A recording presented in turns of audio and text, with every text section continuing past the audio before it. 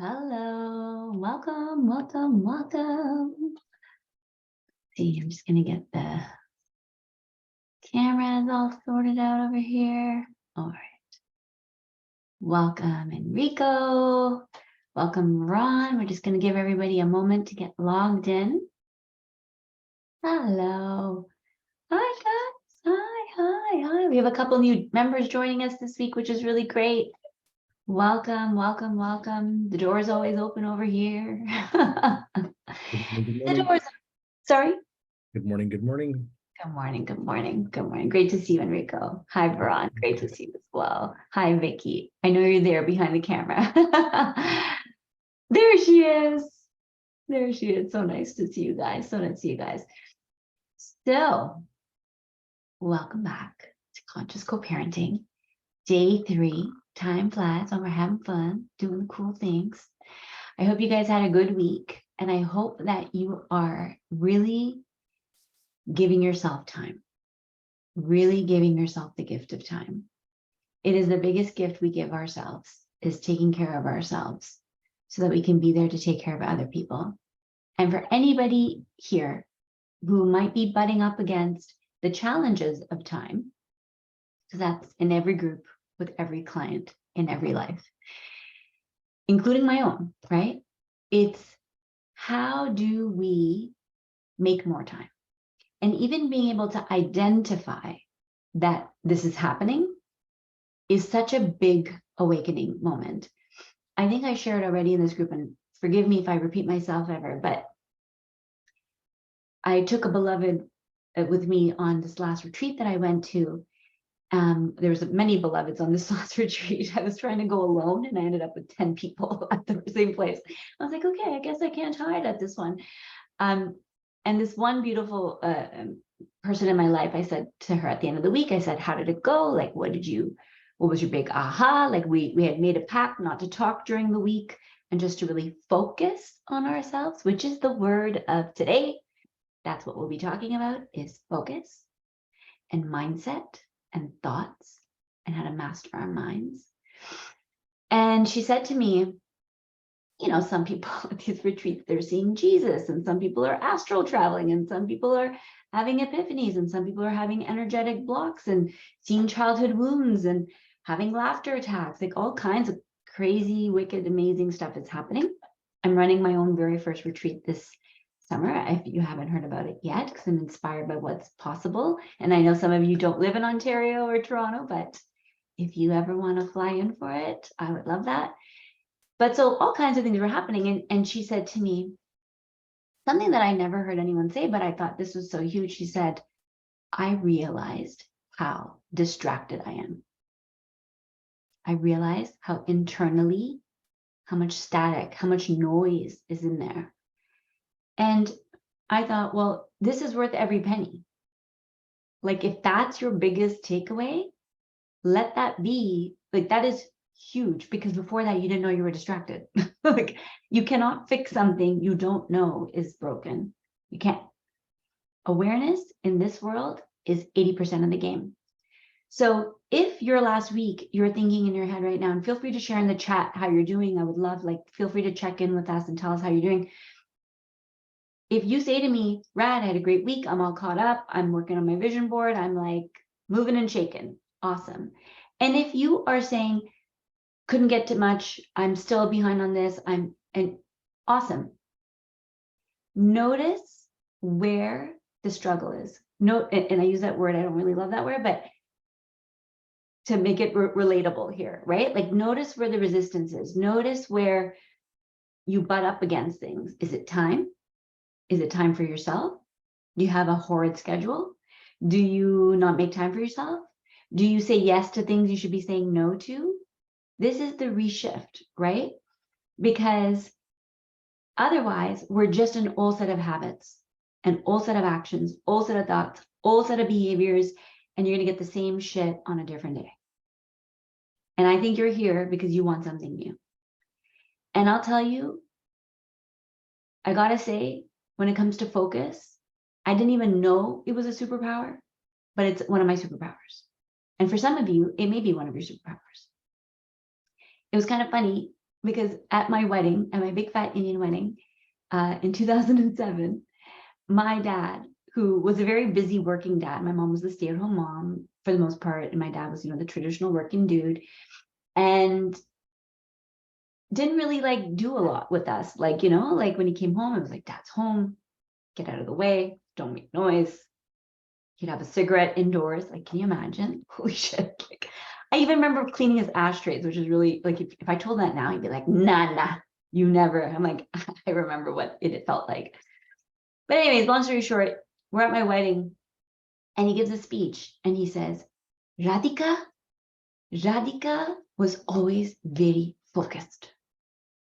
He's like, she would make a list. And when she made that list, you knew it was happening. She just decided on what she's doing and she would make a list and she would execute. And I thought, man, this guy's been paying attention. Holy shit, I didn't know he knew my middle name. Like, I didn't know that I knew that about myself. And listen, there are going to be things in this formula that I'm sharing with you that you may be like, Rad, I got this one in the bag. And like, high fives, right? Like, I know you didn't land on the planet yesterday. I know that. But where this is going to be like magical is where you start to tweak your formula, where you start to notice what's your missing ingredient. I've had people tell me in week 5, like I used to do this over 8 weeks. So module 5, like this one call, this module, this concept, this idea, this new habit, this tool is the missing ingredient from my formula, right? It's like, you can't make pizza dough without yeast. Apparently, I'm learning how to make pizza dough, right? Like, there's things that are critical to the recipe. So you might be like, I got the flour, right? I got the water, I got the bowl, but I didn't have the yeast. Nothing was rising, right? So where I want you to think is like, well, where can I add to what I'm already doing? Where can I tweak what I'm already doing? Or was this a missing ingredient for me altogether? And again, this is a guilt-free growth zone. So there is no room for being upset with ourselves. There's no room for, like, just love on yourself. If it's missing, it's missing. And this is the beauty. You're here. You're here doing this where the old version of you wasn't, right? Like, we're all just getting better and better and better. So this week's call is all about focus and mindset and thought. And I use those words kind of interchangeably, okay? And this impacts everything. And the way I'm going to roll this out is not going to be linear, because next week we're going to talk about heart set. And they're both connected and they both fuel each other, right? But when I woke up this morning, it was already on the agenda that we would do focus. And it was like so clear to me. I was like, yeah, this is going to come first. We praise our minds, right? We're in an era where like the mind, you have a smart mind, you get paid more, you do more, you're powerful. I actually think the heart is way more powerful. But let's start with our heads, right? The old way of operating was the unconscious mind. Again, what is it? 20, 60,000 thoughts a day. And most of them they're now studies that are confirming that like 95% of the thoughts that you have are old, regurgitated wires from the past of your life, right? So how do we create a new reality if we're still thinking the same thing, we're same patterns, we think like our mom, we act like our dad, like, right? Like, if you ever done something, you're like, oh my God, that's like so my mom, right? Like, and I've had so many people who do this work, this like evolving, awakening consciousness work, and then they start to see their parents, like they go for a visit on Father's Day or Mother's Day, and they're like, wow, I can so see where I get this attitude of like the glass is always half empty, judging people. Notice I have clients who like they can't even hang out with their family right now because they're like, I think I'm crazy. So I slipped them a book and I told them to read it and don't call me until you've read Michael Singer's first book. It's like, so it's awakening like our thought patterns, our processes. And why is this important? Hopefully it's obvious, but let's go there. How is this important? Put it in the chat. Tell me, what are your thoughts already about how your mind influences your life? And also, of course, your relationships. Your relationships. Throw it in the chat. I want to hear from you.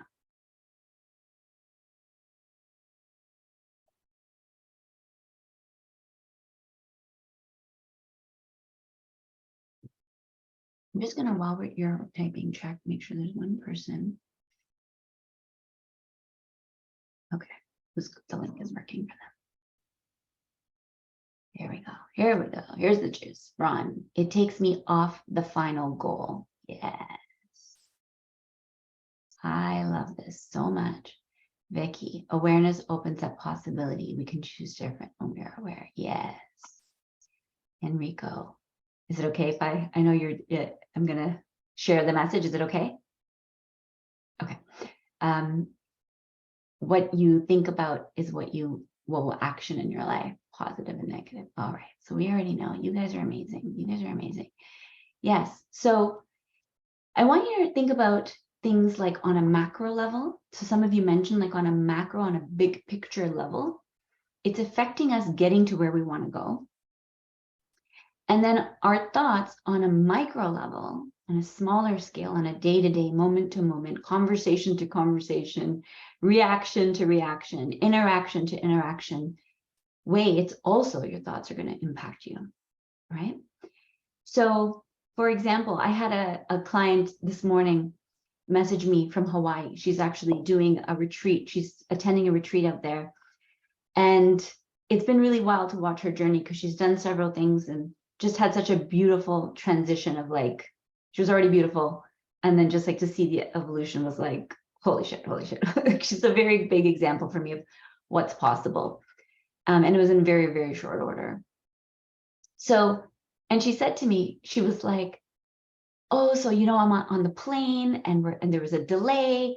And the old me would have been like, oh, like, when am I going to get to my destination? I'm going to get late. I already have like a long journey to Hawaii. She would have been upset, like, what's happening, you know? But she was like, okay, I just thought I have more time for myself right now. Like, I get to just watch a movie. I get to just read a book. I have no kids with me. All the parents in this group, that's a big hallelujah right there. Like, I get to watch a movie from the beginning to the end during the daytime. Like, it's like celebration, right? She started to notice that every single thing that could have gone wrong, which 95% of the planes and the attendants were all miserable about, nothing was fazing her. Then they find out that the door to the plane is not working. It's like, holy shit. What does that mean? Like, what, the fucking door could open? Like, what does that mean? What do you mean a door to the plane is not working? And she was like, instead of getting worried, and this is the first time, by the way, that she's ever in her life, and she's in her mid-40s, like most of us, like traveling on her own. And so she was like already freaking out about that. Like, she doesn't even know how to check in on her own. She's kind of like coded, right? So this is a big deal. And she was like, I just said, like, this is perfect. The timing is perfect. I'm ready for this. I feel like everything before prepped me for this. And when they told me the plane door wasn't working, I caught myself. And then I thought, oh, thank you, God. Like, yes, thank you, universe, spirit, source, whatever the heck you believe in. She was like, thank you, thank you, thank you. She's French. She's like, merci, mon Dieu, merci, mon Dieu. You know, like, they found the door before the plane went in the air. Like, I'm so protected. Like, they caught it. They know what they're doing. They're on it, and they're going to take their time, and they have the right people to fix it. It changes everything. It changes everything. And so it's your experience and then what you manifest thereafter, right? I've had multiple moments, where people are with me. I was with a group of lawyers. We call it our law retreat, but really it was just like moms needing a break. And so we would go once a year to Dominican and stay in the honeymoon suites where perhaps the hotel people thought we were all lesbians. It was really funny. Like, we literally had all the honeymoon suites, which is, there's nothing wrong with being lesbian, but it was really funny because we literally took up all the honeymoon suites. And so we're on the way we're at the airport, and I'm in my high vibe energy. Like, I've done my 1 hour meditation. I don't give a shit if the flight's at 6 o'clock in the morning. I'm up earlier and I'm in there in the sauce because what matters to me is my own experience and nothing else. And so I'm standing there, and this huge lineup through security, and my lawyer girlfriends, God bless them, I love them so much. They're a little bit worry words, right? Like, they worry. And so one's like, oh my God, look at the line. One's like, ah. And I'm just standing there and I'm looking at their beautiful eyelashes, and I just decide to focus on what I like to focus on. And then I'm like, wow, there's a Timmy's and a Starbucks. I love that. What do I feel like? Like, I could see beyond the security, like, feeling? I haven't had like a caramel macchiato in a minute. Like, okay, yeah. I'm like not even listening to them because I learned to tune them out a long time ago. And then the security guy, this cute little guy, looks at me and he goes, "You come over here. He goes, go." I said, "Oh my God, thank you." He lets me go through the like family special line, I have no kids with me. And I'm like, well, I'm packing with a crew here. I have 5 people. And he goes, "You and your posse, go." And we just went through and we like saved like 45 minutes of our life. And one of the lawyers, she's a meditation teacher, and she looked at me, she goes, "How do you do that?" And I said, "It's our energy. It's like how I'm thinking about this whole process. Like, I think this is going to be the smoothest, best trip in the world. I think universe is always out for my benefit. Like, things just always happen to me. I get flight upgrades. That flight was actually one of the flights where I got upgraded and everybody else's seats were in the back. And we still don't know how it happened because I didn't book the seats. And I could show you pictures of like the screenshot of the chat to this day. It changes your experience moment to moment, how you feel, and it changes what you thereafter create. It's like I was already good and then more good happened. And then I focused on that good and then more good happened. And then I focused on the great and appreciated and loved that. And then more good happened. It creates a momentum, our thoughts. But how we create that is by first doing what? How do we even start changing our thoughts? What's the first? Before we do any actual changes, what do you think the first? I think somebody's got it here in the chat. And something Vic, you said earlier, right? Go within. Yes, Ron, love it. What else? What is the beginning point of this? And these are all correct. Choosing. Yes, all correct. Yes. What else?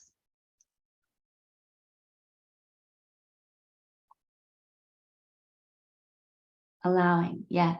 Yes. Thinking positive. Yes. Awareness. Choosing differently. Yes. I love it. I love it. You guys are bomb. This is all on the right trajectory, right? It's like you understand that you have a choice. You understand that you had to catch it and shift it. You understand that it requires that awareness to even see, to start to listen to yourself, right? If you don't hear yourself, you can't change it. So now we know what it does and why it's important, and we know where we want to start, right? So one of the very powerful ways of starting to see what's going on inside, because again, there's so many thoughts, right? Is your speech, how you speak to other people, how we speak to ourselves, how we speak about ourselves, how we speak about other people, how we judge situations, people. Your speech is a really powerful starting point, one of the big starting points of what's actually going on inside. Because there's so many thoughts, but your speech is like a culmination. It's like the volcanic eruption of the thoughts, if you will. And so that's your indicator of what's at the forefront of your mind, right? So, and I catch myself all the time. Like, we're not perfect. We're not designed to be perfect. That's the whole journey. When we catch ourselves and we're like, oh, well, that must be nice for that. It's like my nanny came home this weekend on, she started back on Monday. She goes for the weekends. And I was like, how's your weekend? And she was like, oh, it was good. It was good. And she's, very quiet. You don't say a lot. So I have to dig. And so I'm like, what did you do? Like, were you up to anything? Were you outside? I love to hear what people were doing. And she's like, I just rested. I just chilled. And the first thought was like, oh, that must be nice. Like, I'm thinking, because as a parent, weekends when I have, I have my kids every weekend, I don't get to rest. And it's like, okay, this has nothing to do with the other person, right? This says, what is this saying to me? What is my speech, my dominant thought saying? It's like, did you not get enough rest, Rad? Are you not feeling like you have enough space for yourself? Like, why are you bitterman about this, right? Why are you feeling this way? Our voice, our speech is such a powerful thing. even things like, especially things like how we speak about situations. I've had so many people tell me at the beginning of their process, especially now, because I'm not the divorce lawyer anymore. So people are telling me about the process. Like when I was a lawyer, they wouldn't tell me because I'm helping them through it. So maybe they don't want to share that with me. But I've had so many people in the last just month say to me, it's going to be a shit show. I know. I'm just like buckling down. It's going to be hard, right? How we say things, what do we think we're creating more of when we say that? Right? We're choosing. You guys all just told me, choose differently. It decides positive or negative. You guys told me that. I didn't even say that. I ain't making this up. So our words are actually indicators of what we think. What is the thought? And once you start to catch the thought, there's different modalities that we can use to clear that up. And we're going to go over some in a moment, right? Because it's like, when you see the thought, it's like there are leaves on a tree. And generally, not generally, always, I'm so kind with my words. It's like, no, always, there is a branch that it's connected to, and the branches are connected to a root, like a major trunk, a major core belief. And that's the one we want to get to.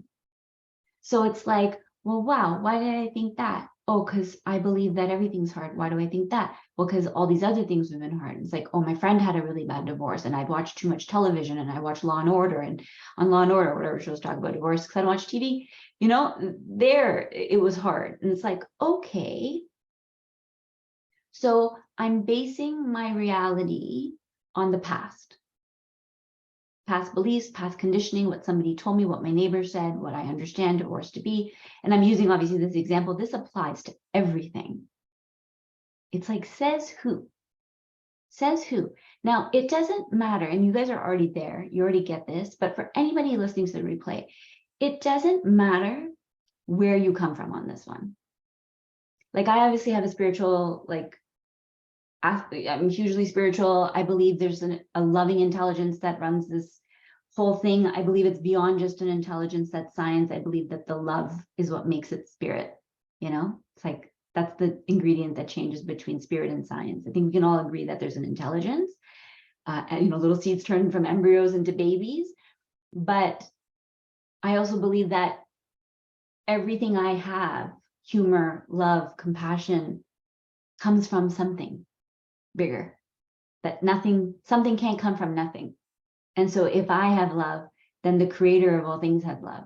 If I have humor, then God has a sense of humor, or it's source or spirit, right? So that's my belief. And it comes from, one day I'll write many, many books, and there are so many stories, and at one point it was theory and belief, and now it's just knowing, right? But it doesn't matter where you come from on this thought thing, because the psychologists are going to tell you the same thing. I've had people take my program and say, Rad, I feel like you're like a cognitive behavioral therapist, because you help people change their thoughts and behaviors, right? The CBT people also believe the same thing. The New Age people also believe the same thing. The quantum physics and how we understand how quantum physics works, right, is also confirming the same thing. And we know from our own experiences that based on what we talk about, what we think about, changes how we feel, right? You can be feeling like dandy sunshine. You walk into a therapy session, they start taking you back into a past horrible experience, which I actually don't know if I'm in love with that method. And I've done many, many years of therapy, and I have nothing against anyone or anything, but it's like, there's something to be said about reliving stuff.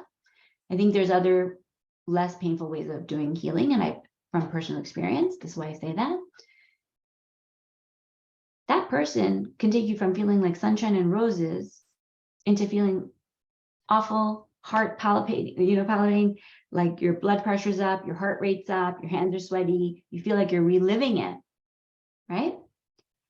We know that now with virtual simulators, athletes are being trained with virtual simulators. So they're not even getting out of their chair and building muscle. Their muscles are building muscle memory. They have done studies where people have learned to play the fucking piano with thought alone. Never put fingers on a keyboard of any, significant level. Just close your eyes and start to see subconscious programming. It's like, this is, these are the keys, these are the chords, and they come out and they're playing the piano. So how is this happening? You can come at this however you want.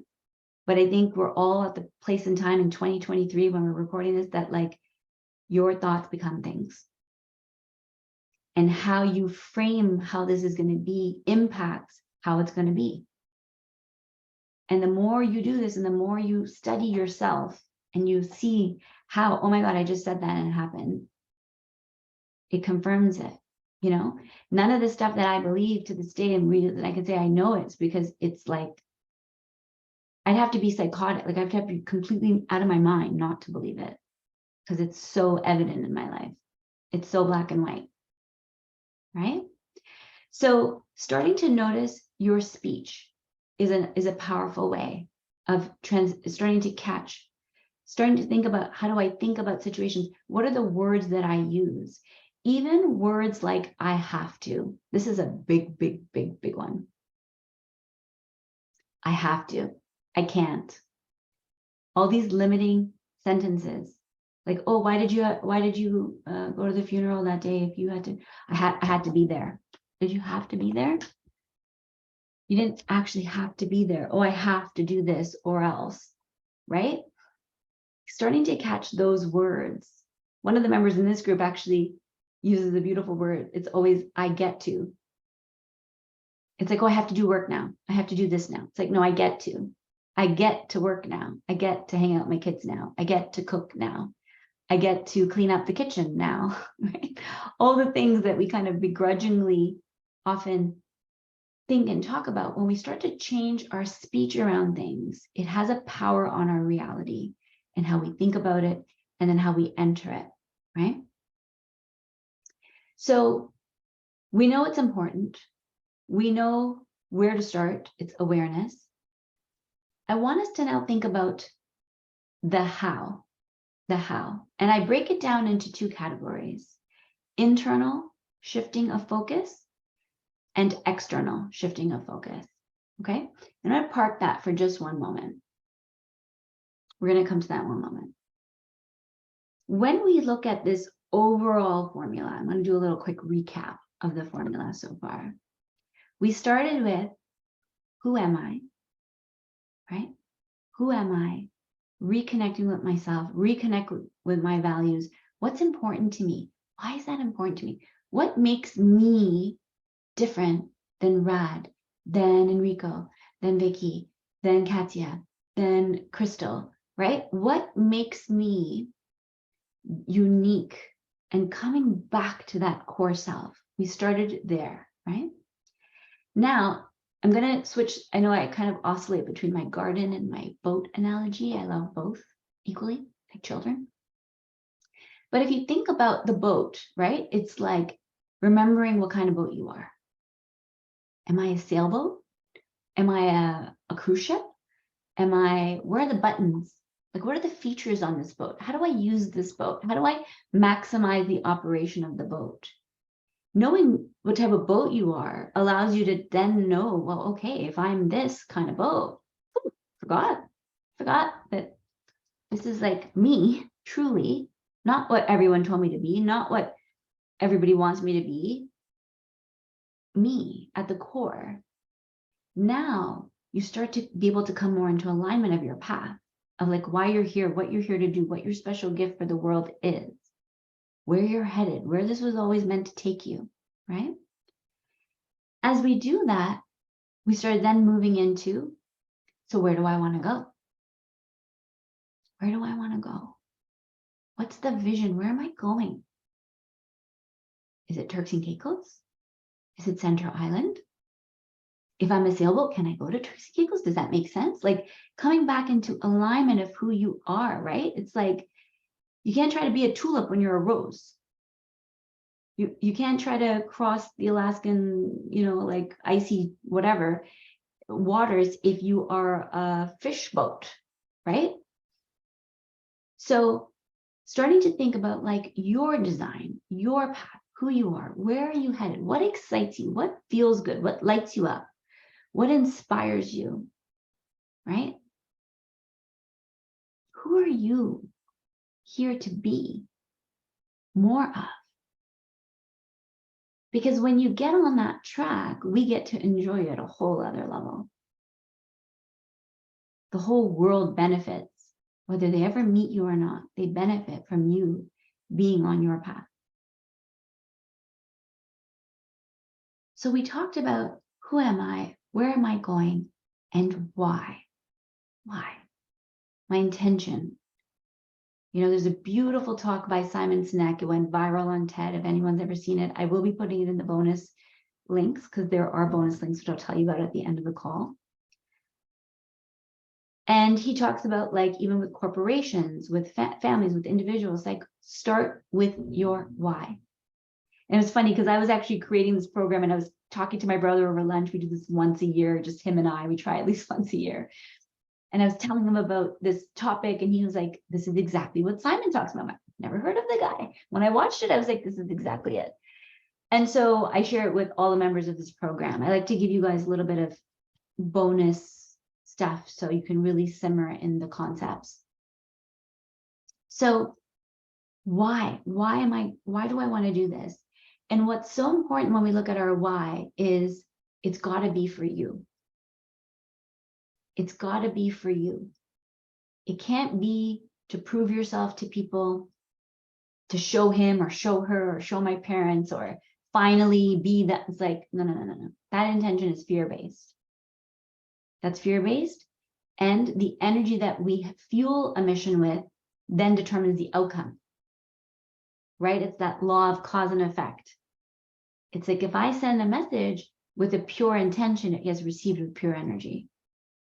If I send a message with like manipulative energy, it starts to go, right? It's the same thing on the big picture level, on the macro level. It's like, hold on, why? Why do you do this work, Rad? Why does it matter, right? Am I doing this because I want to fix things or save things? That's a wholly other funky energy. Is it because I love it and because I want to, right? So, and because it lights me up and it's like my juice, my sauce, it's like what I love, it's my passion. You know, it's that LeBron example I gave last week. Does LeBron play to make a point? To oust the haters? No, he wasn't thinking about that when he picked up the ball. He just loves playing basketball. And he knew what kind of boy he was. And it's like 6'6" or whatever, how tall he is, right? And it's like, he had the build, he had the body, he had the stamina. It's like, it all starts to line up. It's like, oh yeah, like I like this and I'm good at it. And I have the things I need for this. And it's mindset and it's energy. And like, if you ever hear interviews about him and like some of the greats, you see like, oh, that's how we got here. You know, I always bring up the basketball examples because my older son, obviously like all our kids wants to be like, you know, all the kids who play basketball thinks he's going to be in the NBA. And so I show him like what kind of level of focus and energy it requires, right? Kobe, also a phenomenal example of momentum and focus, right? Waking up 2 hours before every player. He thought, oh, if I do 2 hours more than everybody over 1,000 days, that's like what, right? So now coming back to the formula, who am I? Where am I going? Moving from being like, just like drifting in the wind, going like, okay, well, I don't know where this is going to go. Like, I don't know, like, you know, and some people here are going through a divorce process or going through periods of uncertainty. And it's like, well, I don't really know. It's moving from that to, I know where I want to go. I don't know how I'm going to get there. But Rad didn't say we have to think about that yet. It's just, where do I want to go? What lights my fire? And why? And the why is like secret sauce on a Big Mac, right? Yes, I still eat McDonald's from time to time.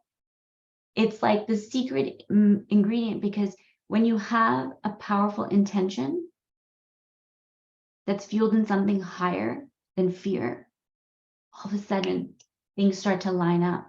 People find you, things happen, opportunities fall in your lap. That's aligned living. That's conscious living, right? It's like your why. And in my experience, and maybe you're not there right now, and that's okay. Like pain pushes us till vision pulls us. The grander the vision, the more I include, the more people that come part of the vision, the more energy it feels like is fueling the whole thing. Does this make sense? So in your case, it may just be, and not just, but this is about me and my kids right now. This is about me and my kids and my co-parent. This is about me and my extended family, wherever, because we have lots of different family constellations in this group, and I love that so much, right? That is perfect. Perfect. Okay? It's bigger than you. It's bigger than just you. If you can even include your co-parent, it's bigger than you. You just made it bigger. You just multiplied the energy around how great this gets to work out. It's like if every human being, every soul on the planet has an energy pocket that's allocated to them, the more you include in your plan, the more of their resources come to play. Does this make sense? It's like a budget at a corporate party, right? It's like, well, we have a budget for $100 per person. And so how many people do you want at the gala? And it's like, oh, okay. So if we have 2,000 people, it's this budget. And if we have 3,000 people, it's a higher budget. It's the same thing. It's more energy. There's more resources. So starting to think about something bigger than ourselves, right? And already just in your family, you create such a ripple effect because your kids go to school. They show up as different children. They impact other kids. You start to embody this. You start to, my kids, I almost say nothing about school. They know if you see somebody who's playing alone, what do? You go check and see if they want to play with us, but if they're happy alone, that's good too, right? It's like, okay, good. I don't give a shit what you get in math. Be a good human being. Like, I really don't care, right? You create a ripple from wherever you're at. So even just it being me and my kids, and sure, I'm gonna, even though I'm not very happy with this person, gonna bring in my co-parent at whatever degree you're in. And if it's like the mother and the this and the that and the, you bring them in, you are now multiplying the resources that are available. You are now multiplying the force that you're creating. The ripple that you are now spearheading has just multiplied. Every kid your kid sees, every person your other co-parent interacts with, how that rebounds back to you, how it rebounds back to your child, right? You create a pocket of powerful energy. So this is the who am I, where am I going, and why, right? Today is part of the how. It's like, okay, boat's all ready to go. It's all gassed up. How do I execute this? How do I get from point A to point B? How do I live this out? And now we're taking us through 3 steps to that. And the first one is focus. The first one is focus. We're still there. We've got 2 more big ones coming up, and I'm going to go there right now. So I like you to see how this fits in the whole framework of the big picture. Any questions so far? Please feel free to put it in the chat. I'm just going to check in with the chat here. Exactly. Yes. When we were saying it's going to be hard, we are creating more negativity. We are choosing for it to be difficult. Absolutely. Yes. You're so welcome. Thank you for acknowledging that. You're so welcome. Choose differently. Yes. This is it. Yeah. And I know some of you shared this in the beginning, right? It's like, there was a comment about sunshine, right? It's like how you start to shift how you see things. You're choosing to be there. Yes. When we know our why, we can find the how. Thank you. Yes. Amazing. I love all this feedback. Exactly. And the how starts with our minds. starting to harness our minds, because if you are all over the place with our thoughts, you can't actually get the outcome that you want, right? And I often use, no problem, someone's power went out. I often use this example because people say to me, well, Rad, you believe in manifesting things and you believe that our thoughts create things. Well, I've been thinking about $10 million for the last month, like, where's my $10 million? Well, there's other elements to this, but chances are you haven't actually been focusing on $10 million. Chances are your thoughts around money are all over the place. And chances are you think about the lack of money more than you think about having money, right? So it's shifting how we see the whole thing. So the example I like to give is going to a restaurant, right? It's like you don't get the thing you want because you're actually changing your order all the time and you're not actually staying focused on what it is that you want. So if you go to a restaurant and you're like, oh my God, I love this place, my favorite Italian restaurant. Everybody by now knows I love Italian food. And you sit down, you get the menu. What do you do next? Put it in the chat. What do you do next? You look at the menu.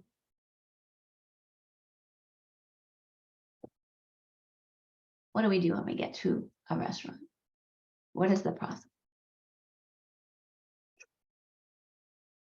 You scan for what looks good. Yeah. Start to see what your options are. Yes. Yeah. Now, if you said to the waiter, the server, I think is the correct word now. Sorry, I'm like 80s child here. Like the PC stuff is like so beyond me sometimes, which is not good when you're trying to be in a public. I'm learning. You go to the waiter and you're like, hey, I think I'm going to get the pizza. They're like, amazing. It's our special. It's on special right now. People love it. You say, which one are you suggesting? And they say, the Napoli. And you're like, amazing. I love. And you order it. And then you change your mind. And you call the waiter back. And you're like, hey, sorry, dude. Did I say pizza? I know I said pizza, but I don't know. This pasta looks good. I actually saw what she was having over there. That's the linguine, eh? I don't know, man. Can you give me another minute? This is how we operate when our thoughts are all over the place. We're not actually focused on what we want, where we're going, why. We're looking all around at what everybody else is doing. It throws us off of our own focus, and social media is ripe for this, right? Distractions, yes. So many distractions. You nailed it, right? We actually don't even spend time thinking about what we want. We spend more time picking pizza or pasta than we do thinking about what we want for our lives. And then sticking with it. Are you sure, ma'am? You want the pizza? I'm 1000% positive. The one that says she knows what she wants, she shows up, or he gets there and he orders it. Guess what happens? He gets his food. And he gets it first. This is how it works. So how do we, coming back to the internal and the external shifting focus, let's talk about some really powerful and practical ways we can do this. Because yes, we now get why and how it's important and how it plays out in this whole formula. But now actually, what are the things that we can change? I am very interested in changing behavior. I am very interested in changing your experience of life. And I think you are too. And we change experience by changing things, not by talking about it. Talking is going to get us there, but talk is cheap, right? So actually making changes. And what I want you to see, I'm hoping my objective by the end of this call is for you to see that it's small things and it's things we all know, and it's things that we didn't even really put together with this. Yes. I love this. Vicky, look at the choices up to recently. I usually choose what I already know. Yes, totally, right?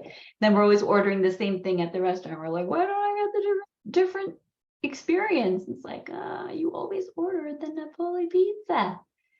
Yeah, try something new. Exactly. Commitment to action. I love this. Thank you, Enrico. Like, it is so huge, so huge. So now let's start with internal first. I want to go to external. Like, my brain's like, go to external. And it's like, no.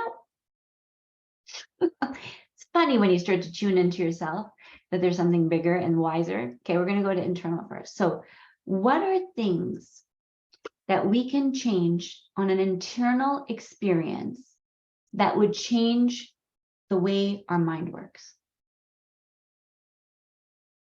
What are some thoughts that you have around that? And throw it into the chat. And there's no wrong answer, okay? And like, if it's internal and you got external, like, don't worry about that. That's just me and my crazy nuances to show you that they both feed each other. Yes, I will repeat that. Absolutely, I love that. So there are things that we're going to be able to do on an internal experiential level, things that will shift on the inside, things that we can do to shift how we think from the inside out. And then there's going to be things that we can do to change our minds from the outside in. Okay, so I'm going to give you one example of the internal. Our self-talk, Vicky, yes, yes. So being aware of our thoughts on the inside, expanding our awareness. I love that. So that is one example. Another example is the meditation practice, right? Like getting quiet and starting to make space between the thoughts and starting to even see what the thoughts are, right? So starting to observe from just a quiet stillness, which is, in my opinion, will always be the number one tool. I hope you guys have started to dabble with it. I know some of you are really into it, and it's all good. We're all going up the mountain together. Meditation has helped me so much. Yes, Vicky, thank you. Like, I know it's changing the game for you. And so it's a great example. I get it. And frankly, it's like, for me, and I think you've experienced the same, and many of us have, like, when I don't do it, when I skip it, I'm not the same person. I'm just not. I'd love to say I am. There are experiences that I have that lend itself to the meditative experience. Like, I was at a retreat in Tulum in February, March of this year. And we did a lot of ceremony that felt meditative. So I actually was not doing my meditations. I was in the zone, but that's because it was the same thing. Like, we did a 4-hour cacao ceremony. We did a 3-hour, 4-hour cave healing ceremony. So they're forms of meditation. Yeah, exactly. Thank you. When Amigo said, that's the same for me when I miss going to the gym. I'm a little bit more cranky. Exactly. Right? Exactly. I love it. And it's that awareness that is just so powerful. And, people have tried to convince me over the years, like people who did meditate, and, I loaned a lot of coaches and teachers, and that's kind of my world now. And I'm just like, I'm sorry, you can't convince me. I'm over it. Like, I was so open to listening. I'm just not, yeah. It's like skipping a shower. It's like you smell bad. Like, I don't care what you do. You can't skip showers. You'd be like, oh, I double deodoranted. And it's like, meh, you still smell. It's like, you can spray all you want. You can't skip brushing your teeth, guys. You can't skip cleaning your car. And if you do, it looks like mine. You can't skip these things. They're not skippable. It's the same thing. It's just we haven't been, in our North American, particularly culture, given this focus on cleaning up the insides. Just washing up, hosing down, detailing the inside, so there's nothing wrong. It's just like, this is a regular practice. And how long you do, how much time do you have? Obviously, like, there's a max point when you detail a car. It's like, okay, I took a Q-tip to every corner, Like, it's like, there's nothing to clean. I get it. There is a max point, but there's a difference between the quickie, they just wipe down your seats, and they don't get the fries in between, or you get it fully detailed, right? So there's that too. So this is not about making more work. This is about truth. Let's just speak the truth.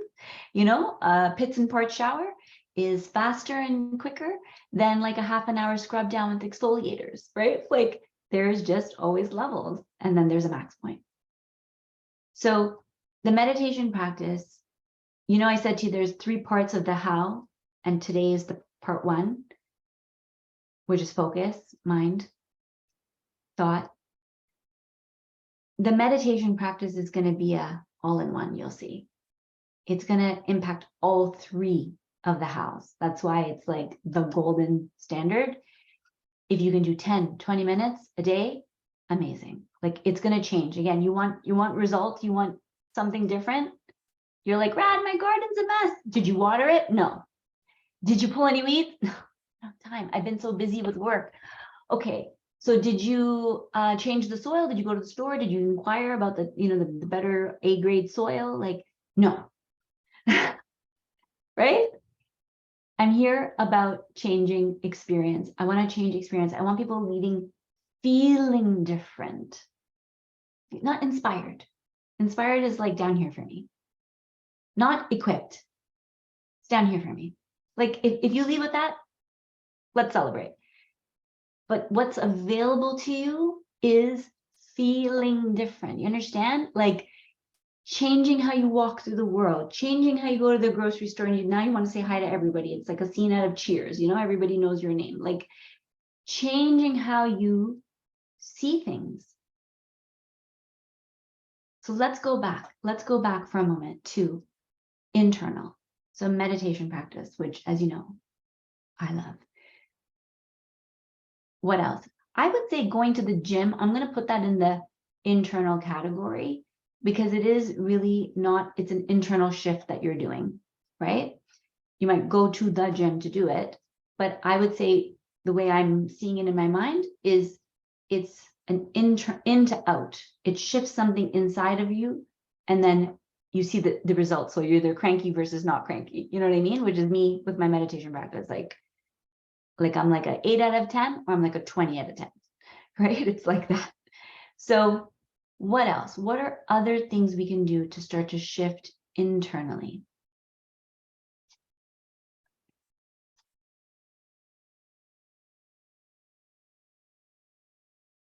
Yes. Okay. Let's see here. So Vicky, absolutely. I feel out of sorts when I don't practice in the morning. Yeah, I feel you. There's something to be said about that time of day. I talk a lot about it in Meditation Mastery, but it's like the waters are like this, and then you bring it here. But when you start your day and you go on the toilet and you're reading Instagram, and then you argue with your spouse or your kid, or you rush out the door, or you forget your lunch, or things happen, people are in your ear, then the water's like this. Now it's harder to calm it down, right? So you're just setting a whole different tone when it starts in the day, unequivocally. It slowed me down. It slowed down my reaction time. I can better choose how to respond. My choice can connect to my why. I love that. Thank you, Vicky. Enrico, for external, how about choosing the right people to surround yourself? Yeah, you're skipping ahead. I love that so much. You're right. You're going in the absolute right direction. So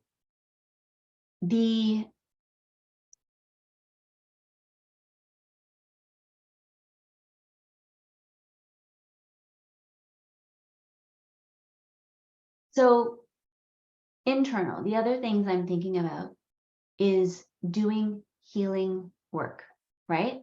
Like starting to do modalities that help you start to come back to the tree trunk. It's like, where are these thoughts coming from? What is the root of all of this? Instead of just react, like us working at the conscious level of, oh, another leaf. Oh, why did I say that? Caught that, said that. It's doing the subconscious work, right? So it's the root and pulling it out of the root. Now, the reason I segregate this concept is because meditation is 1000% one of the ways you can do that. And the style that I teach, which is focusing on the energy centers, that is like the Dyson of all, like, just like go to the root, zap it, like it's just mind blowing what I've been able to do with that, and what clients of mine and people are doing, and healing cancer and all kinds of stuff, like just madness. Okay, so that's one of them, but there may be other modalities there for you that help you, right? There's like hypnotherapy, past regression, there's therapy, traditional talk therapy, there's CBT, cognitive behavioral therapy, right? Starting to, and just self-reflection, journaling, talking to a friend, just starting to go introspective around where are the roots of these thoughts. And if I were to just pull the root out, then do I eliminate the issue of the thoughts? And in my experience, you can definitely pull it out of the roots. And what I found is really important when we're living consciously, when we're living with awareness, is to be that compassionate gatekeeper of your garden. So you're paying attention.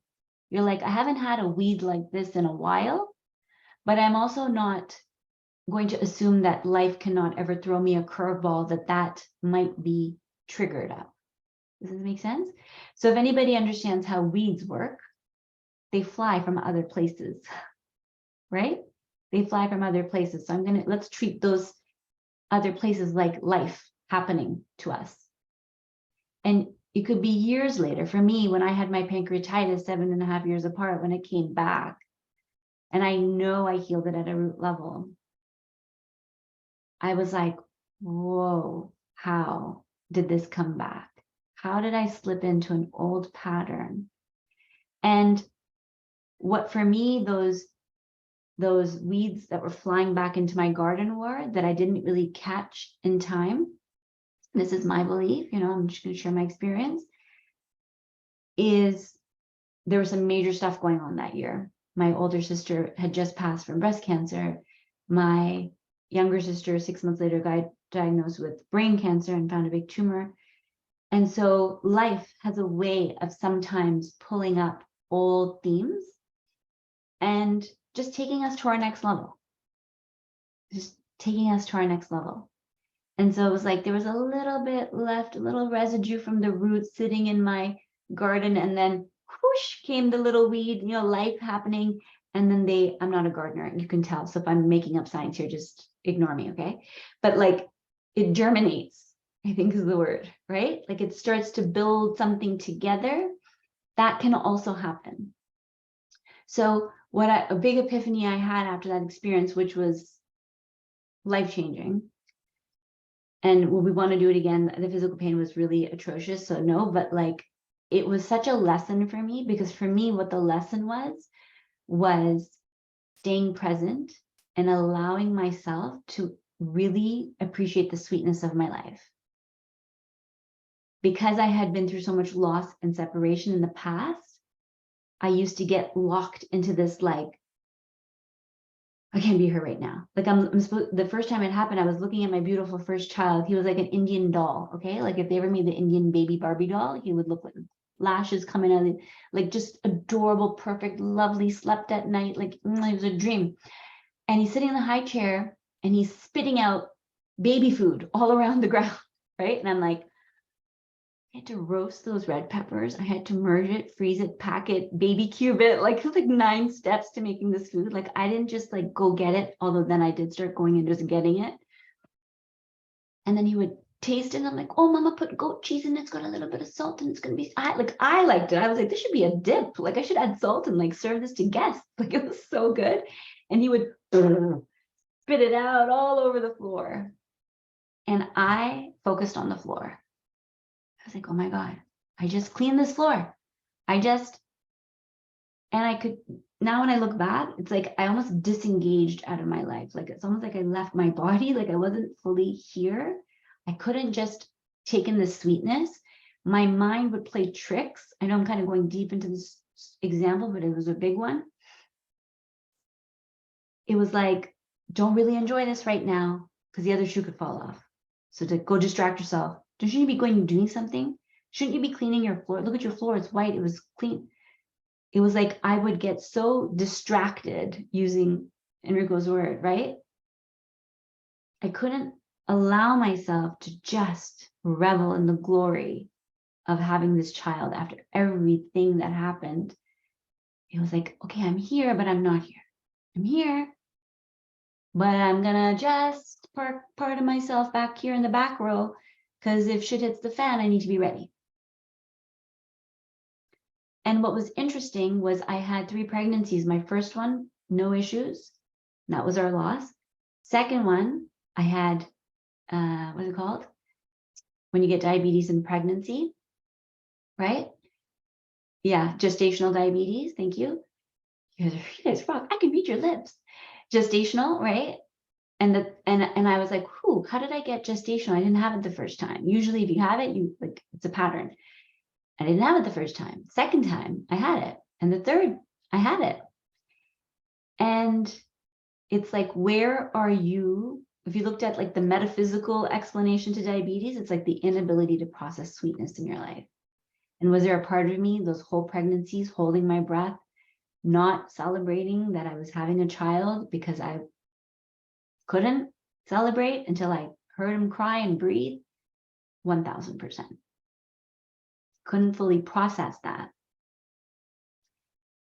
And so then I got better with that, and I learned the lesson, and time passed, and I healed it, and years passed, and now here we are back, 2020, and I just had this huge loss that rocked my world. And now my baby sister is living with me, and she's doing great. She's doing great. She's laughing, she's crying, she's a fun, like, we're like, all of a sudden we're like, you should be in stand-up. She's an actor, and we're like, you're fucking funny. Like, she's cracking jokes, she's totally independent, up and down the stairs. Right when she got from the hospital, like, she even said to us, like, I love you, and I know you're all hovering behind me. If I need you, I'll call you. Like, I don't need you right now. So good. She was so good. What I should have been doing was enjoying her. When do you get to have a sleepover with one of your siblings who you actually like, right? Like, as a grown adult. Like, we were locked down during COVID together, but instead of that, there was a part of me that was disconnecting from it. And I literally called it. I literally said to my sister-in-law when she said, how are you doing? I said, I'm doing good, but I would also love to run away for a couple of weeks. And the runaway part wasn't this is hard work. I wasn't working hard. The runaway part was, I don't know if my heart can handle this. This, like, you're right here and you could be right gone, like that. And I went, and I said to her, I should be careful what I say, coming back to focus and speech, and words are powerful. Not that the sentence was actually more of a red alert of like what was going on underneath the surface.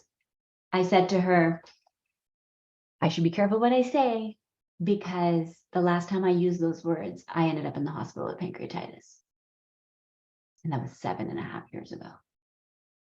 And that was a Saturday, and a week to the day, I left my home in an ambulance for 11 days. So, can we pull them from the root? Yes. What I would say with love to what I say to myself is learn the lesson and then learn the lesson. Like, don't forget it. Keep it there in the front, right? The other day, like a month ago, maybe a couple of weeks ago, I had a little pain in my left side, and it could have just been how I was sitting in my chair. I work hard and I get a little hyper focused, and I got up and I was like, dear God, dear universe, I love my life. I love my life. I love all of it. I love all of it. I'm here. I'm so grateful. I'm like, I just, right?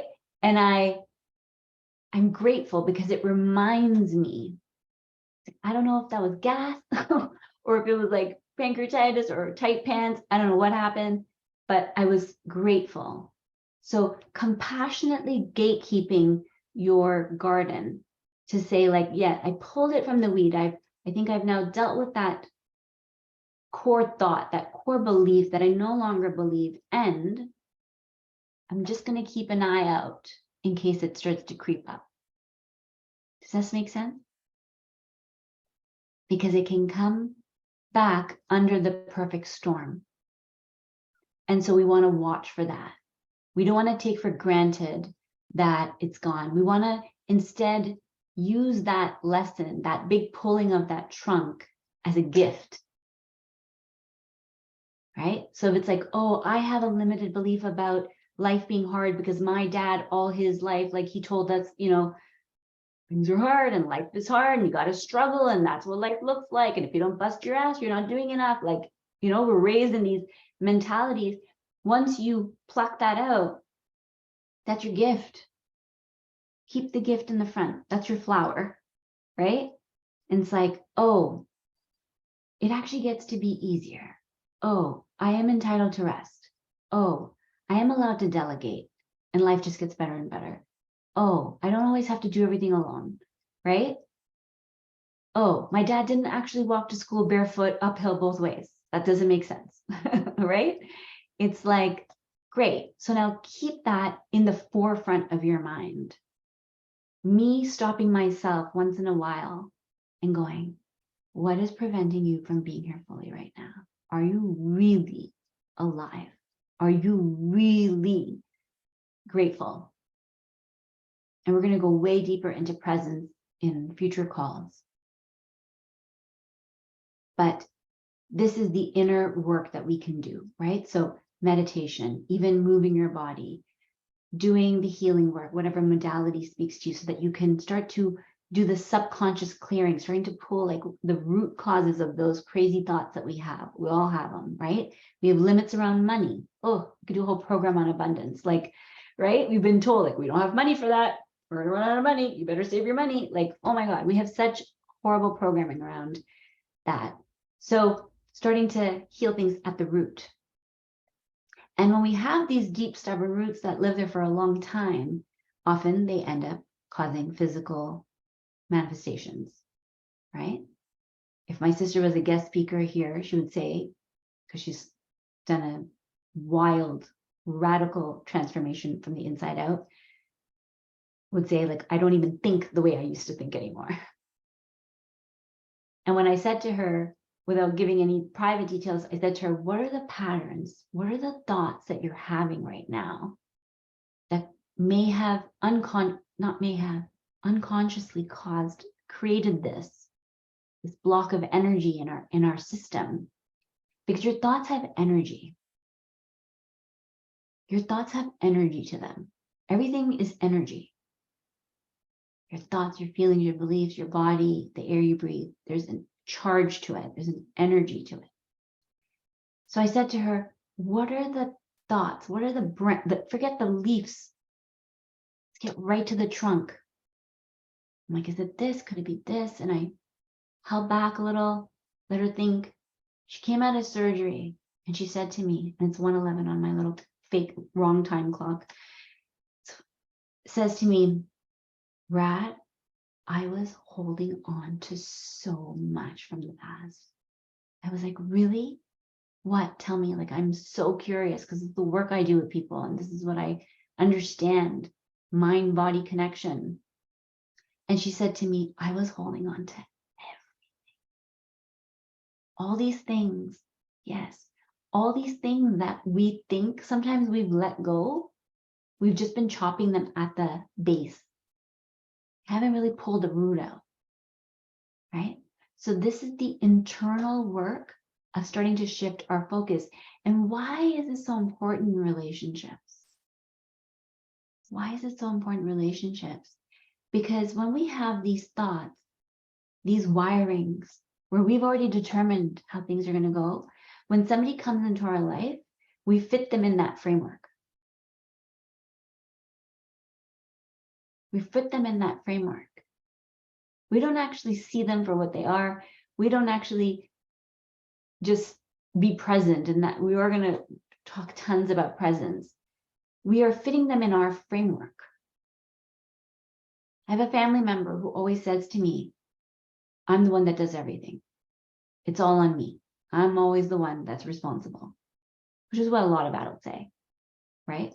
We all think we're the only ones. Like, that's impossible. That's your ego talking. That's my ego talking. There is no planet on which we're doing anything alone.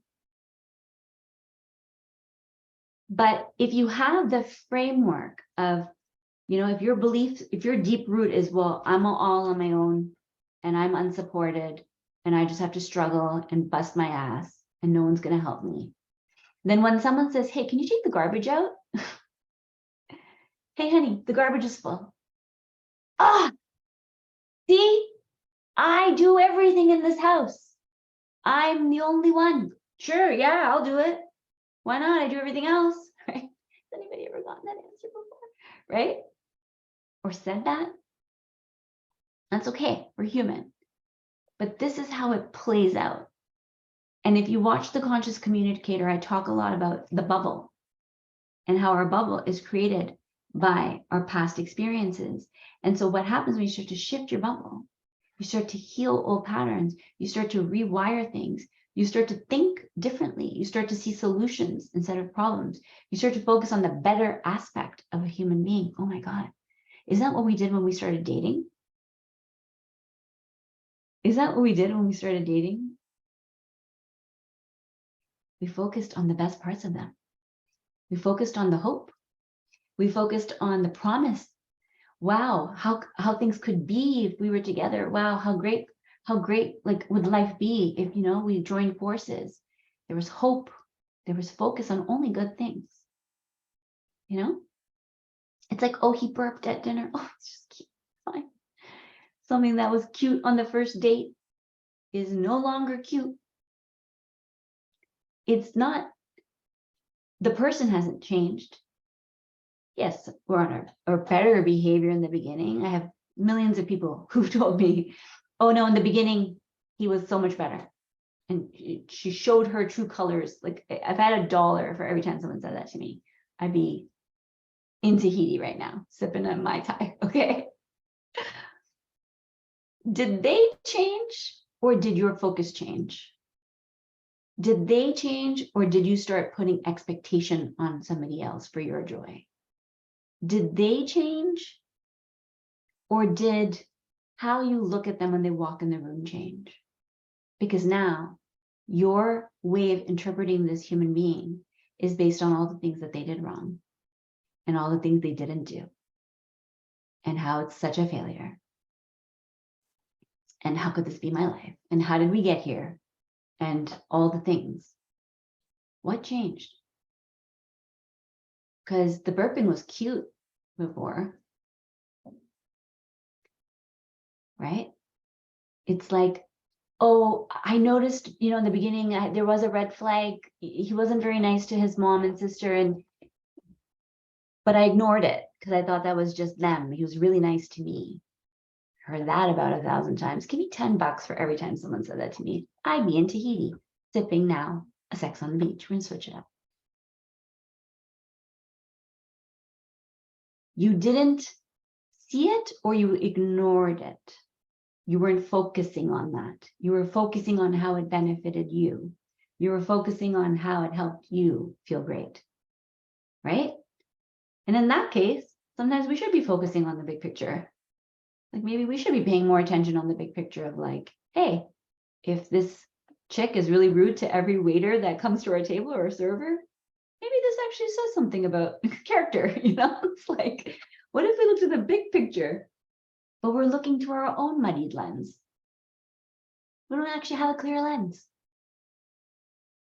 So you got two people at the end of a relationship. Their gas tanks are half empty or completely done. Sometimes they're in the ditch and the other one's in the ditch and the windshield's completely muddy. And one's going to the other, you did this. You put us here. And the other one's going, what? You must have done this. And it's like, hold on. What if we pause for a second and just get you out of the ditch? What if we call CAA? We're in Canada over here, right? CAA, and we get you out of the ditch and we get you hosed down. We start to just throw some water on the windshield. You start to, and you're like, oh my God, I wasn't even on the road. You were not even on the road. I have no gas. You have no gas. You've literally You're done. You're empty. Your tank is empty. You have nothing to give anybody right now. Well, how did that happen? I stopped taking care of myself. I stopped doing the things that I love. I work way too much. I eat like shit. I don't sleep. I watch Instagram. I'm addicted to Netflix. Right? That's how we get there. And then you start to fuel your tank. You start to fuel your tank. You start to feel energized again. You start to feel inspired. You're like, oh my God, my car was backwards. I wasn't going this. I was going this way. Why? Oh, because I want to blah, blah, blah. Okay. Alignment. Get back on the road. Okay. Now you can see. What can you see when you clear your lens? This has been my unequivocal experience working with beautiful people like you guys, is that then you see, where's the other car? See if anybody is following me here. Where is the other car, guys? What's happening with the other car when you start to clear your windshield?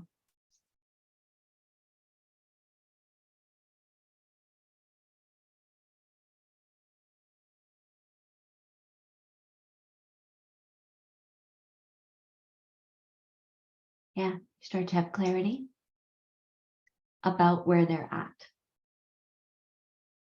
You start to see, if you're the first one to the punch, oh, she couldn't see clearly. She's in the ditch. Her tank is empty. Yes, more compassion for other and self-compassion. Yes, when you start to take care of yourself and you're starting to feel shiny and new and back on track and back on the road, and you're like, oh my God, Thelma, Louise, let's go. You're back on track.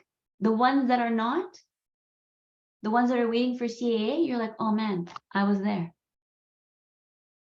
I was waiting for a tow truck. That sucks. It sucks to be in a ditch. Hey, do you want me to help? That's what happens when we're the first one. And I have some amazing couples who've done this together, co-parents, and I've had people who do it solo, and it really, I mean, the more the merrier, of course. But one person can be a tow truck for another, but it requires us to clear our lens. If I got mud on my car and you got mud on your car, there's no way we're going to figure out how we got there. More importantly, we're not going to be able to get out of here. Right? So the internal shifting. Now, let's move to, and let me just see, because I did make some notes. There's other things you can do on the internal before we move to external, is to shift how your mind operates, how thought is formulating in your mind. You can become more mindful in your living, right? So the meditation and the subconscious work is when your eyes are closed and you're going at the roots.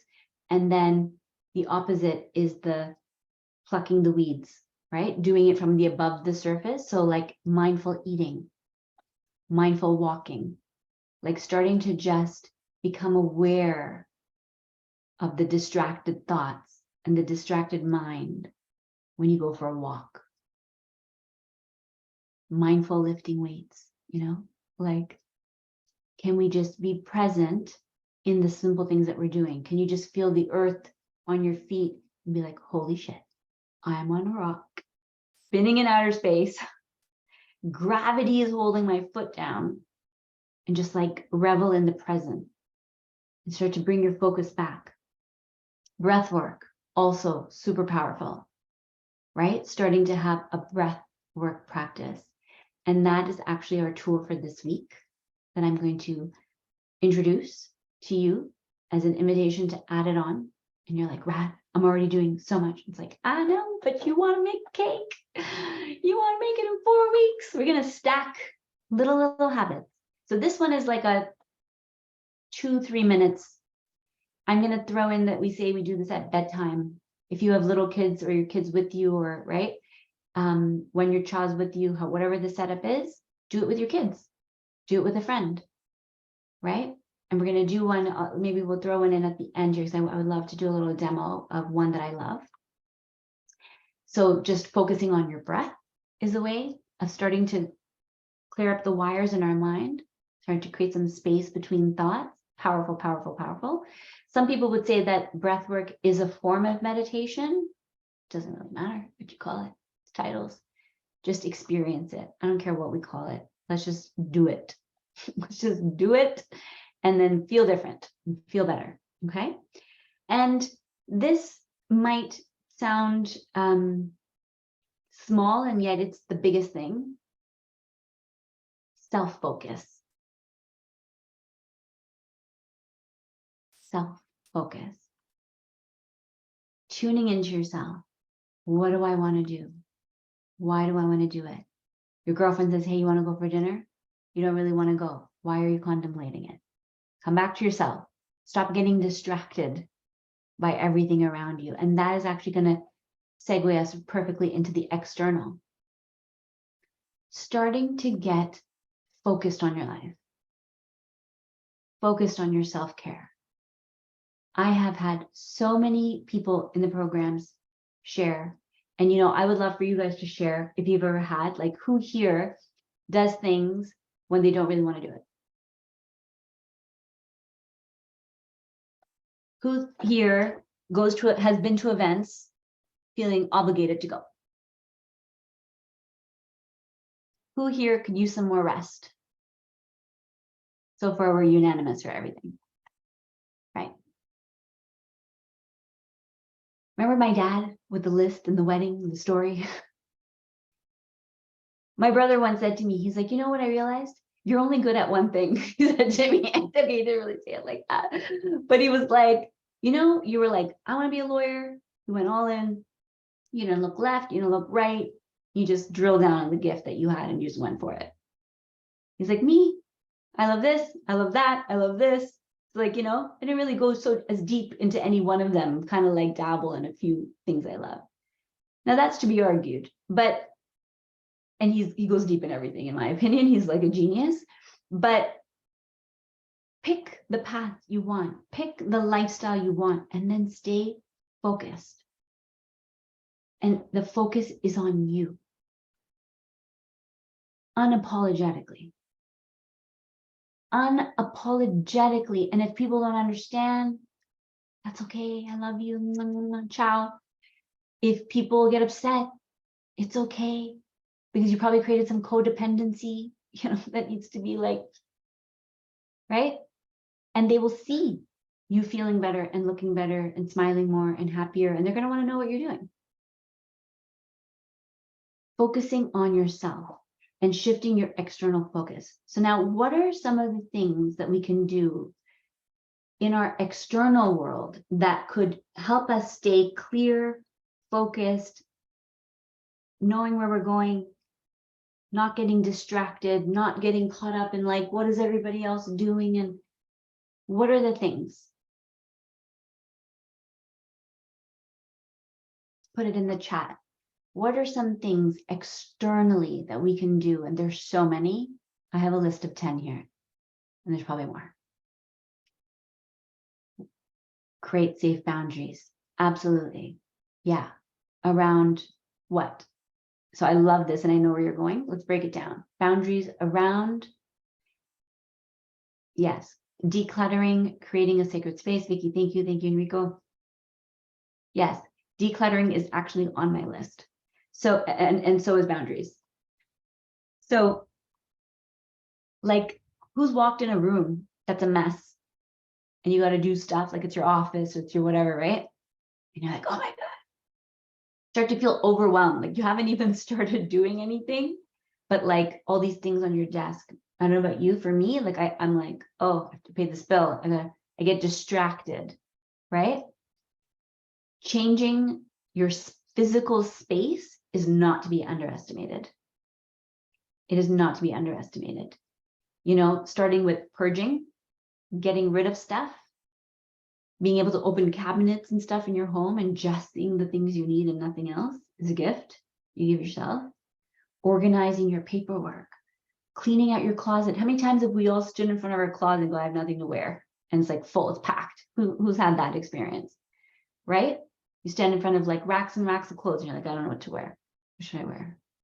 But then after you get rid of stuff, don't you find like you have more to wear because now you can see the things that you actually like and there's space between the hangers and you're like, oh, it's so clear what I'm going to wear. It's like, how does that work?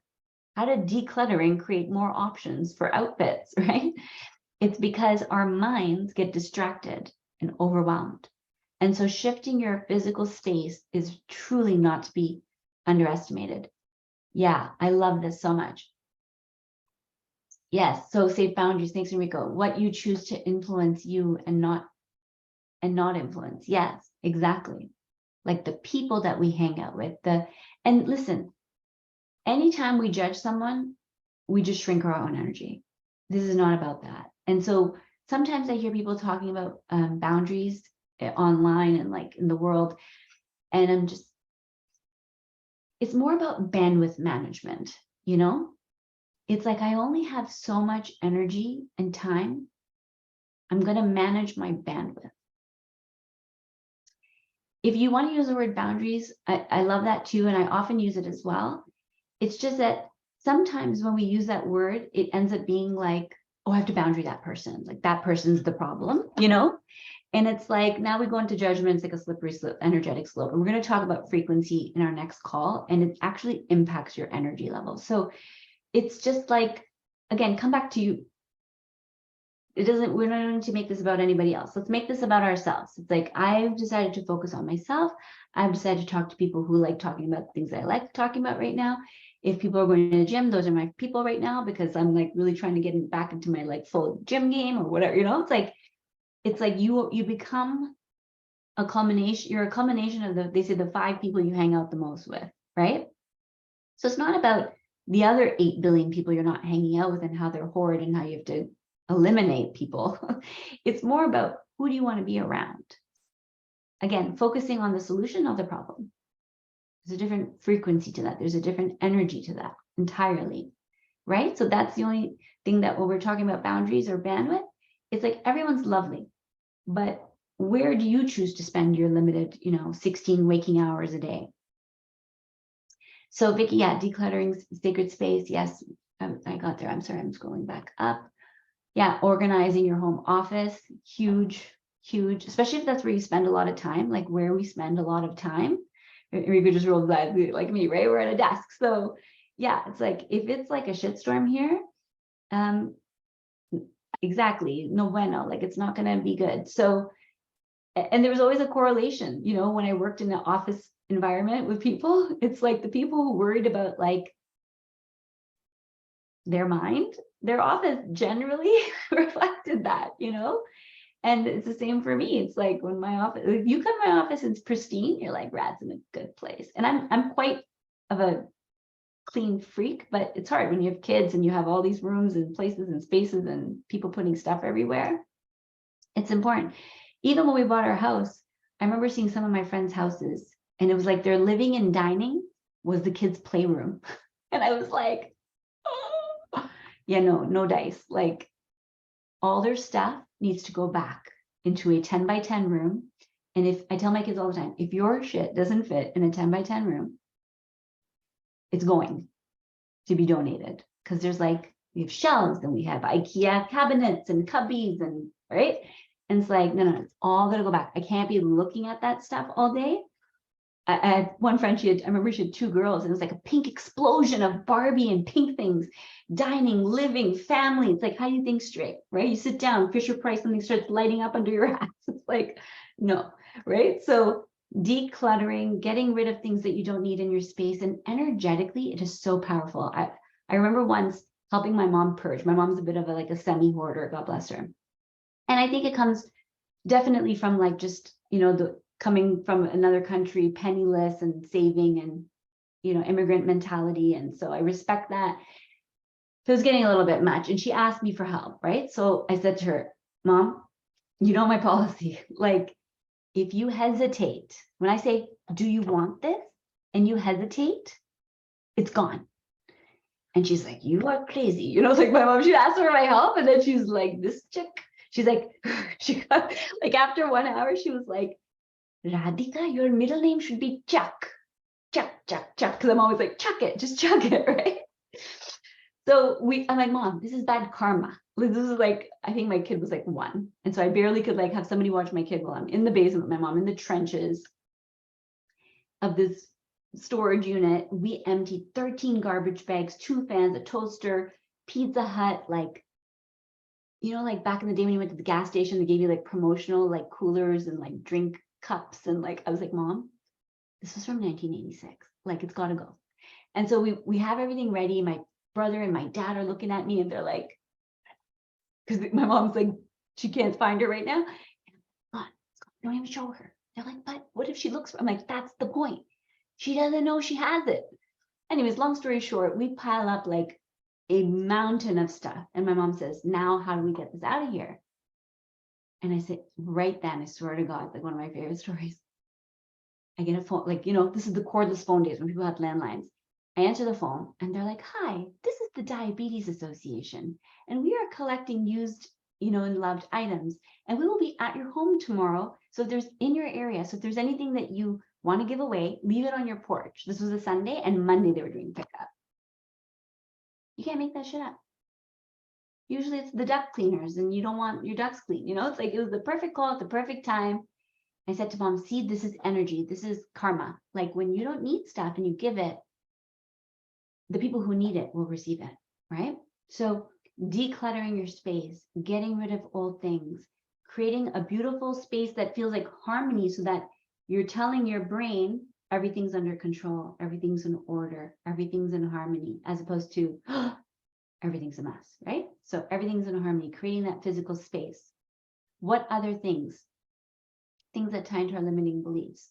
Surround yourself with people that elevate your energy. Yes, Vicky. Here you go. As an example, I try to limit people in my life that are energy vampires. Yep. You can feel it, right? And so it's like fueling our own tank, giving from overflow, right? We're going to talk a lot about that next week. Quality over quantity. Exactly. Yes. Get rid of the stuff and the things. Last summer, I helped my mom declutter the basement. Okay. So you know what I'm talking about. Exactly. What are the other things we can do? So here's the list I have here. Slowing down. Because our minds are frantic, partly because we've taken on too much.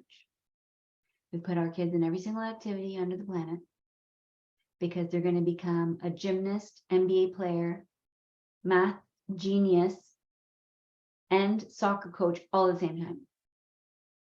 We say yes to everything. We don't know how to say no to anything. We don't actually leave space between things. It's like, oh yeah, I have 2 to 3 open. Let's slot something in. No. Space between things, saying no, huge, huge, huge, huge, huge, and helping you start to be more focused and less distracted,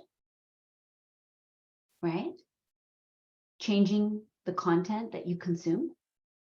So if you want to stay on social media, which is a choice I think we all need to consciously make, then who are we following? What are we listening to? What are we watching? You know, it always scares me a little bit when I see people, no offense to anybody who this applies to, like following 4,000 people on IG. Either you're not on it, and so it doesn't matter. But if you are on it all the time, it's like, wow, that's a lot of different avenues of content, right? So then how do we stay on track? How do we not want the linguini that the neighbor had? When it's like, you're in 4,000 people's lives right now, right? So for me, my policy on IG, and it's just no offense to anybody, I follow teachers, gurus, speakers like that inspire me, that like speak my language and reinforce for me what I'm here to do, keep me on my path, right? Not by keeping me in a bubble. It's big enough that, you know, I'm learning from different people and it all fuses together. And that's what I love about it. And if I feel even a tiny dip in my energy when I see something, unfollow. Like, and it's not a personal, like, oh, this person's toxic. No, there's no judgment. It's just, this is not for me. For whatever reason, something about how I interpreted this didn't suit me and didn't lift me. So it's gone, right?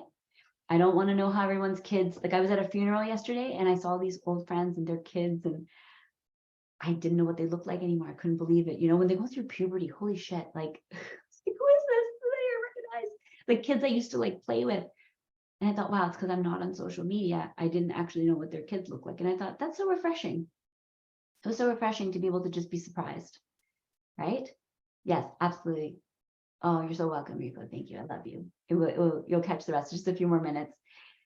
So the news, the social media, right? The content that we're consuming, the people we're listening to, the people in our ear,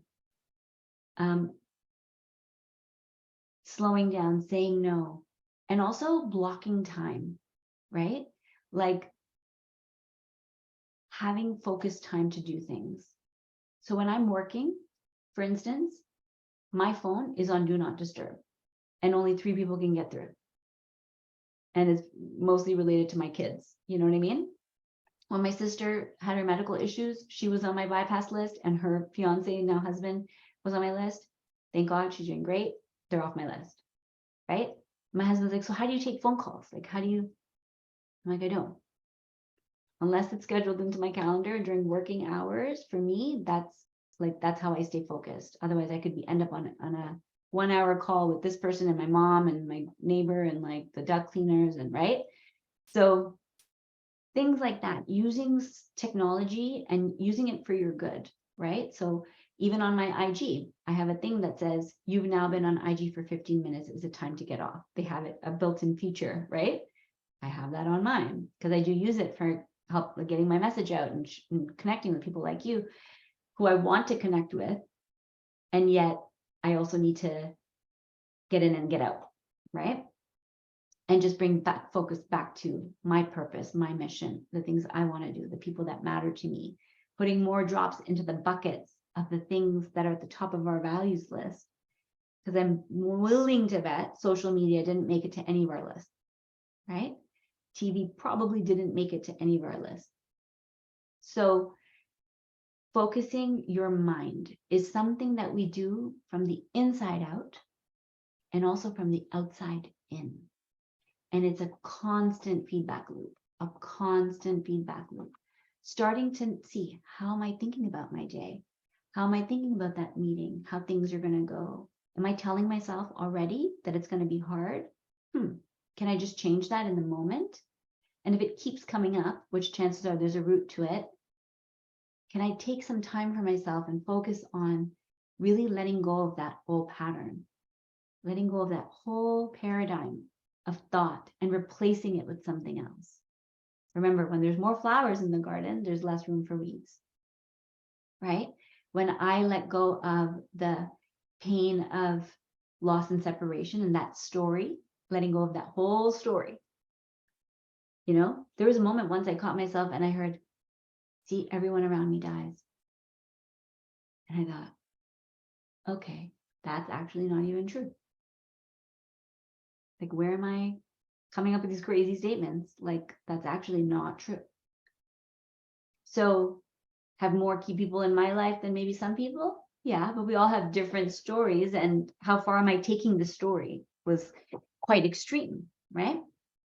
So one of my big epiphanies that I share and I've shared before in other programs is when I had this realization, and this is the most important part, which I'll share with you, was that when we pull out an old story, what's really powerful is to replace it with a new one. Because we're creating a new identity, right? We're creating a radical transformation in the way we think, move, feel in the world. So you want to replace it with someone. You want to put a flower. You just pull out and create a big hole in your garden. You don't want a hole in your garden. You want to put in a flower. You want to now grow something. You want to harvest something. It could be vegetables. It could be flowers. It could be whatever you want to grow.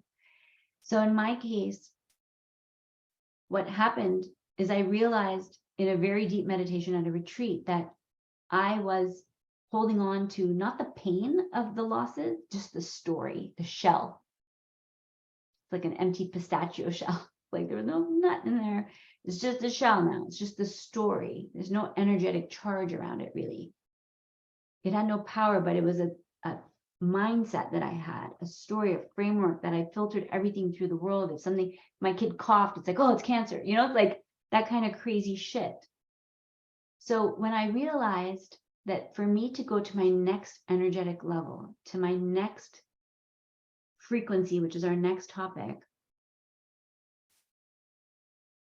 I had to let go of the old stories. It's like there's nothing wrong with babies at the nightclub, but you can't have babies at the nightclub. You know, the message was like, hey, if you want to come to this next level, like, we love you and we want you to come. You just can't bring the story with you because it doesn't fit here. There's nothing wrong with it. It just doesn't belong here. It won't work here. Can't have babies at the nightclub. There's nothing wrong with babies, right? So I was like, oh, okay, so I need to let go of the story. And then I felt myself hesitate. I'm going to tell the story because it's actually really important. I could feel in this moment, as I was doing the internal work just with myself, perhaps with my guides, with guidance or whatever you believe, I heard I felt myself hesitate. I noticed like I wouldn't move forward. And I was like, oh, why am I not moving forward? Like, and I heard myself say, well, I don't know who I am without the story. I don't know who I am without, I was like, whoa, wow. Isn't that the truth smacking me in the face? We create these stories that create personalities, that are narratives. It's how we walk in a room. It's how we introduce ourselves. It's who we are. And then we're too scared to let go of them because we have nothing else to replace it with. This is where the flower, where the vegetable, where the new thing, what's the new thing you want to put in the garden comes in. And so I was like, well, and this is what a lot of people, you'll hear people say things like stepping into the unknown. Stepping into the unknown, it's scary. It's like, well, you don't have to step into the unknown. Decide what the new thing is. Decide what the new truth, what the new narrative, the new story is that you're going to tell yourself. What's the new program? You don't have to leave it to chance. In fact, I would say don't do that. Why would you do that? Consciously decide, choose. What is the new story I'm going to tell about my life? What is the new story I'm going to tell about my family, about my journey, about my co-parent, about how we met, why we met, the good that's come out of it? Instead of focusing on the bad and assuming the worst and expecting it to be hard. What if I just changed the whole story? And so what I heard was, I said, well, what do I replace it with? I literally asked my spirit, whatever you want to believe. And for me, it's like all the higher beings, energy that I can tap into. And I heard, what about love and bliss? And I thought, oh, wow. I didn't realize I could replace loss and separation in a story that I tell about loss and separation with love and bliss. And so now it's a conscious choice I make to continue to harness these new seeds that I've planted. And I have to water it. And I got to nurture it. And I got to remember that I even planted it. And when an old little weed pops up, I pull it quickly and I come back. And I tend to the soil of this new garden I'm creating. And I make sure the box is all intact and that the soil is not falling apart, that this foundation is solid, right? And we start to create a new story, a new narrative. Where is your focus? What are your thoughts? What is the story you tell? And when are you going to be ready to let go of it? And sometimes to let go of it, we need to do some healing and some processing. And there's so many different ways we can do that. And sometimes it's just a matter of letting go of the story because it's an empty shell and it no longer serves you and you actually don't need it and you get to replace it with something new.